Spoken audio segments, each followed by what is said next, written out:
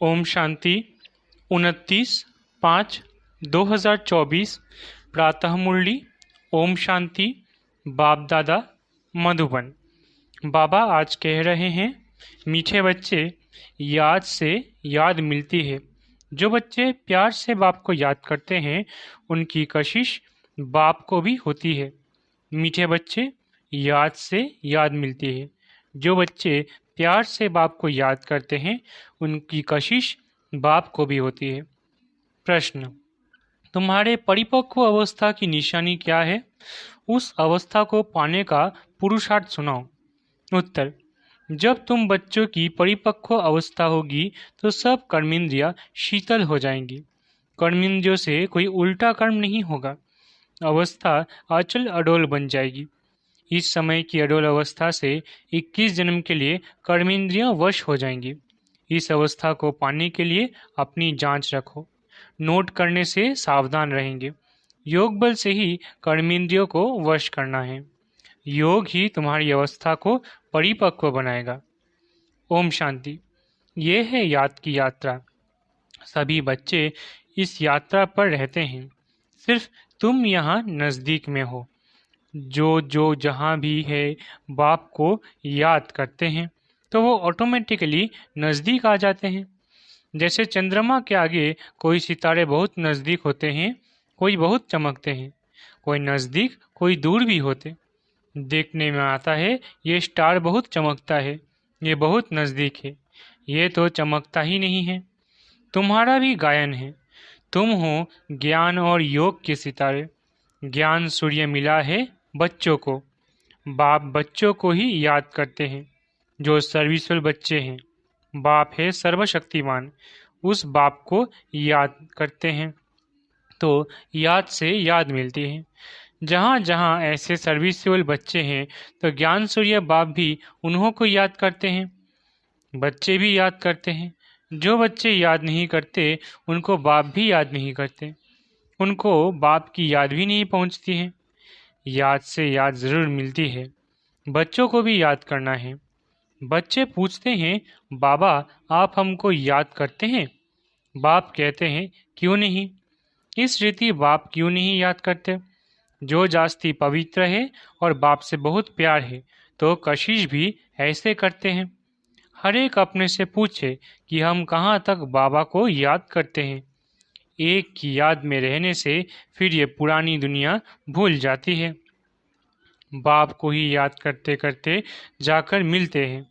अब मिलने का समय आया हुआ है। ड्रामा का राज भी बाप ने समझाया है। बाप आते हैं, आकर बच्चों को अपना रूहानी बच्चा बनाते हैं। पतित से पावन कैसे बनो सो सिखाते हैं। बाप तो एक ही है, उनको ही सब याद करते हैं, परंतु याद सबको नंबरवार अपने अपने पुरुषार्थ अनुसार मिलती है। जितना बहुत याद करेंगे वो जैसे कि सामने खड़े हैं। कर्मातीत अवस्था भी ऐसे होनी है। जितना याद करेंगे कर्मेंद्रियां चंचल नहीं होंगी। कर्मेंद्रिय चंचल बहुत होती ना, इसको ही माया कहा जाता है। कर्मेंद्रिय से कुछ भी खराब कर्म ना हो। यहाँ योग बल से कर्मेंद्रियों को वश करना है। वो लोग तो दवाइयों से वश करते हैं। बच्चे कहते हैं, बाबा ये क्यों नहीं वश होती है? बाप कहते हैं, तुम जितना याद करेंगे उतना कर्मेंद्रिय वश हो जाएंगे। इसको कहा जाता है कर्मातीत अवस्था। ये सिर्फ याद की यात्रा से ही होता है। इसलिए भारत का प्राचीन योग गाया हुआ है। सो तो भगवान ही सिखलाएंगे। भगवान सिखलाते हैं अपने बच्चों को। तुम्हें इन विकारी कर्मेंद्रिय पर योग बल से जीत पाने का पुरुषार्थ करना है। संपूर्ण पिछाड़ी में होंगे। जब परिपक्व अवस्था होगी फिर कोई भी कर्मेंद्रिय चंचलता नहीं करेंगी।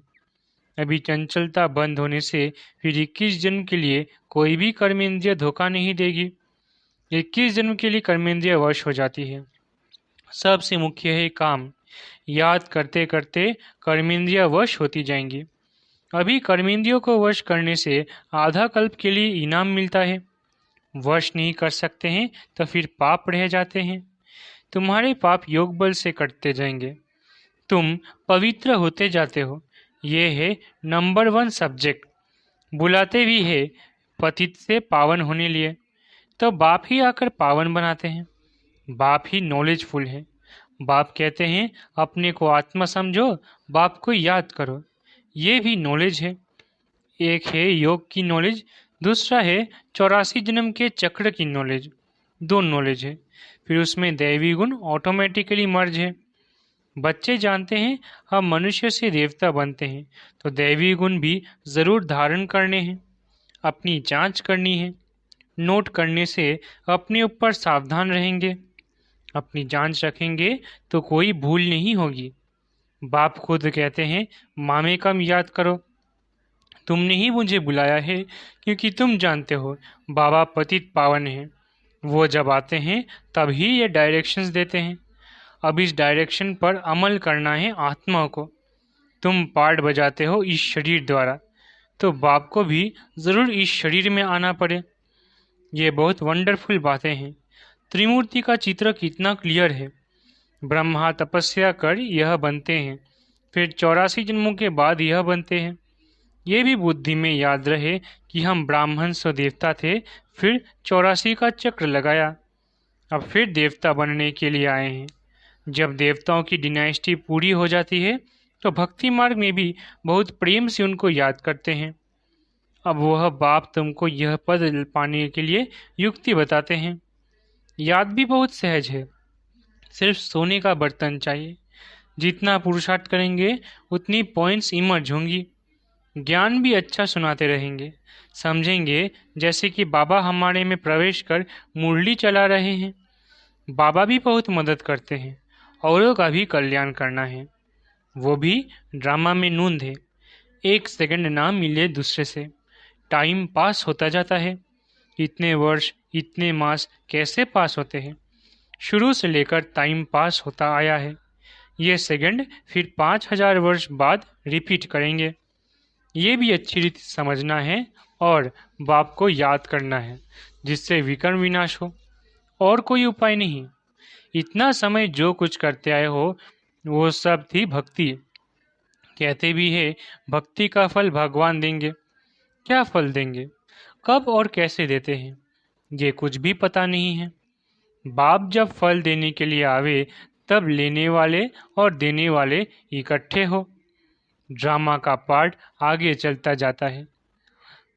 सारे ड्रामा में अब ये अंतिम लाइफ। हो सकता है कोई शरीर भी छोड़ दे और कोई पार्ट बजाना है तो जन्म भी ले सकते हैं। किसका बहुत हिसाब किताब होगा तो जन्म भी ले सकते हैं। जिसके बहुत पाप होंगे तो घड़ी घड़ी एक जन्म ले, फिर दूसरा तीसरा जन्म लेते रहेंगे, छोड़ते रहेंगे। गर्भ में गया दुख भोगा, फिर शरीर छोड़ दूसरा लिया। काशी कलवट में भी ये हालत होती है। पाप सिर पर बहुत है, योग बल तो है नहीं। काशी कलवट खाना यह है अपने शरीर का घात करना। आत्मा भी समझती है ये घात करते हैं। कहते भी है बाबा आप आएंगे तो हम आप पर बलिहार जाएंगे। बाकी भक्ति मार्ग में बलि चढ़ते हैं, वो भक्ति हो जाती है। दान पुण्य तीर्थ आदि जो कुछ भी करते हैं वो किससे लेन देन होती है? पाप आत्माओं से। रावण राज्य है ना।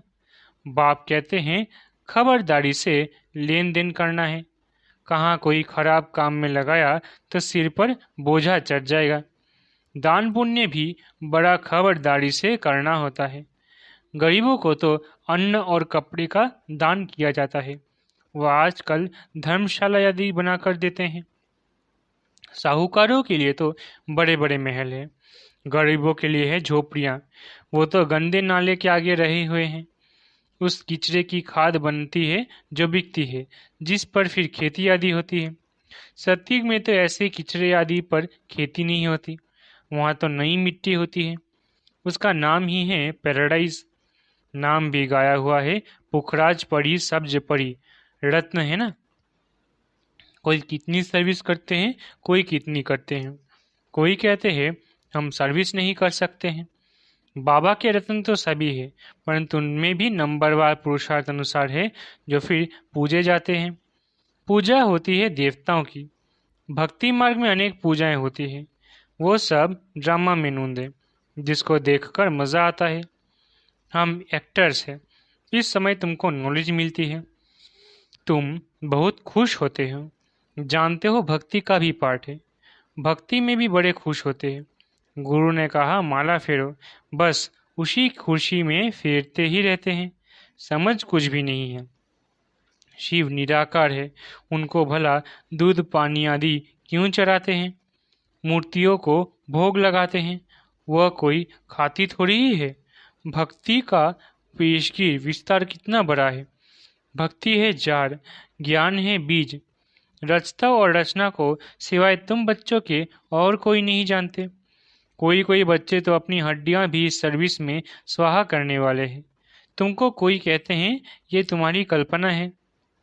अरे ये तो वर्ल्ड की हिस्ट्री ज्योग्राफी रिपीट होती है, कल्पना रिपीट थोड़ी ही होती है। ये तो नॉलेज है, ये है नई बातें नई दुनिया के लिए। भगवानुवाच, भगवान भी नया, उनके महावाक्य भी नए।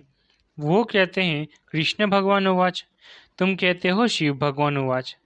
हर एक की अपनी अपनी बातें हैं, एक ना मिले दूसरे से। यह है पढ़ाई, स्कूल में पढ़ते हो, कल्पना की तो बात ही नहीं। बाप है ज्ञान का सागर, नॉलेजफुल। जबकि ऋषि मुनि भी कहते हैं हम रचता रचना को नहीं जानते हैं।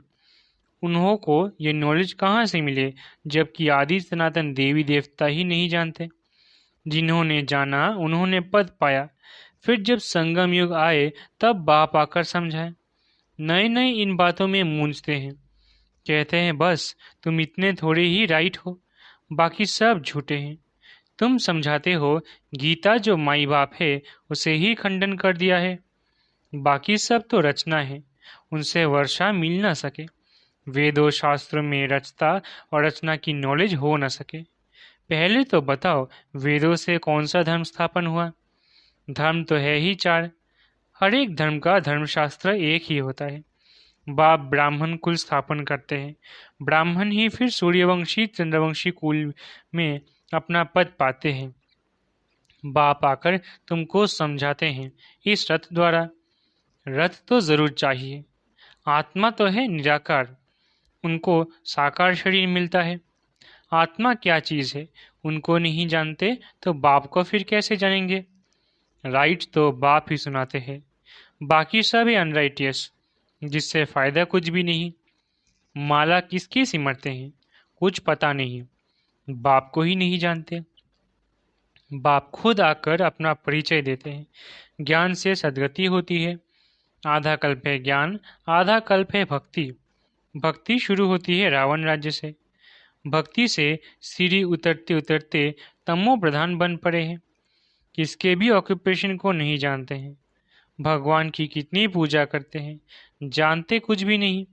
तो बाप समझाते हैं इतना ऊंच पद पाने के लिए अपने को आत्मा समझना है और बाप को याद करना है। इसमें है मेहनत। अगर किसकी बुद्धि मोटी है तो मोटी बुद्धि से याद करे, परंतु याद एक को ही करे। गाते भी है बाबा आप आएंगे तो आपसे ही बुद्धि योग जोड़ेंगे।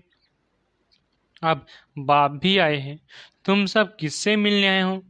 जो प्राण दान देते हैं, आत्मा को अमरलोक में ले जाते हैं। बाप ने समझाया है काल पर जीत पहनाता हूँ, तुमको अमरलोक में ले जाता हूँ। दिखाते हैं ना, अमर कथा पार्वती को सुनाई। अब अमरनाथ तो एक ही है, हिमालय पहाड़ पर बैठ थोड़ी ही कथा सुनाएंगे। भक्ति मार्ग की हर बात में वंडर लगता है। अच्छा, मीठे मीठे सिकिलधे बच्चों प्रति माता पिता बाप दादा का याद प्यार और गुड मॉर्निंग। रूहानी बाप की रूहानी बच्चों को नमस्ते। हम रूहानी बच्चों की रूहानी माता पिता बाप दादा को याद प्यार, गुड मॉर्निंग और नमस्ते नमस्ते नमस्ते। शुक्रिया बाबा। धारणा के लिए मुख्य सार। पहला, योग बल से कर्मेंद्रिय जीत बन संपूर्ण पवित्र बनना है।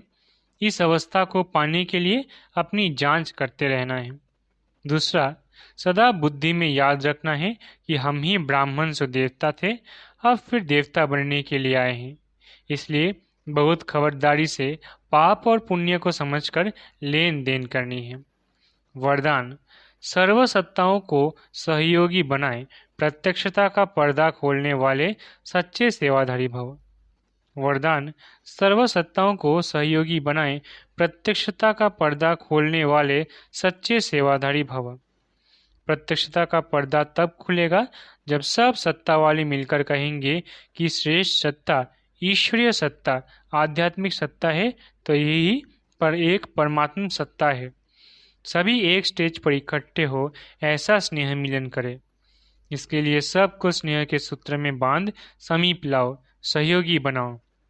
ये स्नेह ही चुंबक बनेगा जो सब एक साथ संगठन रूप में बाप की स्टेज पर पहुंचेंगे। तो अब अंतिम प्रत्यक्षता के हीरो पार्ट में निमित्त बनने की सेवा करो, तब कहेंगे सच्चे सेवाधारी। स्लोगन, सेवा द्वारा सर्व की दुआएं प्राप्त करना ये आगे बढ़ने की लिफ्ट है। स्लोगन, सेवा द्वारा सर्व की दुआएं प्राप्त करना ये आगे बढ़ने की लिफ्ट है। अच्छा, ओम शांति, शुक्रिया बाबा।